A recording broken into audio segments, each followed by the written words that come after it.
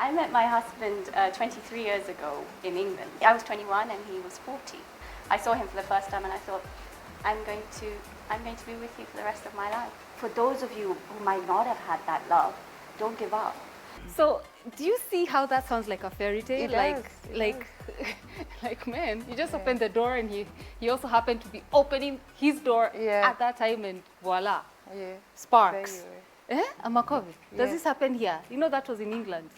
I don't know, do I believe in the fairy tale of love? I used to. I'm 41 now.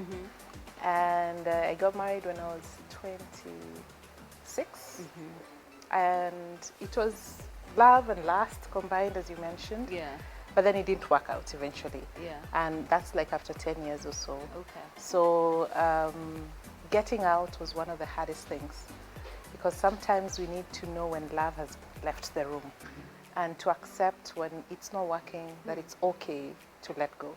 So I find that in our current society right now, people are stigmatized for making that choice, or people feel, how will I face others if I say, we tried it, it didn't work. So I'm here to say that it's okay to let go.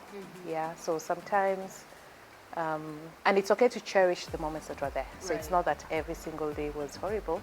Where does it go wrong? But at some point you were so together, you were so in sync, then suddenly 5 years later I look at you and wonder, was I catfished? You know, something changed, you know. But it's because marriage has got its own life cycle. And marriage is built on the cultures that you build. And the problem with us is that we are so habitual that how we handle conflict is a culture within the marriage. Because the way men are wired by nature is that men fear judgment. And at times, to a man, for example, divorce, where if the man himself is the one who walked out of his marriage, see, he goes on with his life. If at all it's the wife who left him, that's paper two. Now, two things are involved here. One, his pride. Two, the fact that he has failed. And men do things to win. So even creating that platform for him, it's making him walk into an environment where he's admitting that he has lost. And to get a man to speak about what he's going through in his heart, you must make him, first of all, feel like he's not being judged. And two, that what he's saying, he's winning. Because the moment he feels like what he's saying will make him look weaker, then he'll back down. Because the moment that he wants to say something, and if he looks at your demeanor and feels as though he's not safe, quickly he backs off. Because men read safety in your tone, in your body language, in everything. Men read that quickly. When a man reads he's not safe, he presses delete.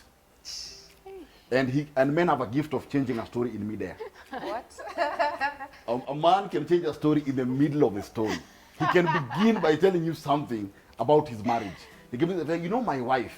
Then you try and look at him, what? That's what it changes. My wife is a saint, she's going to heaven. In fact, she's loved by the Lord.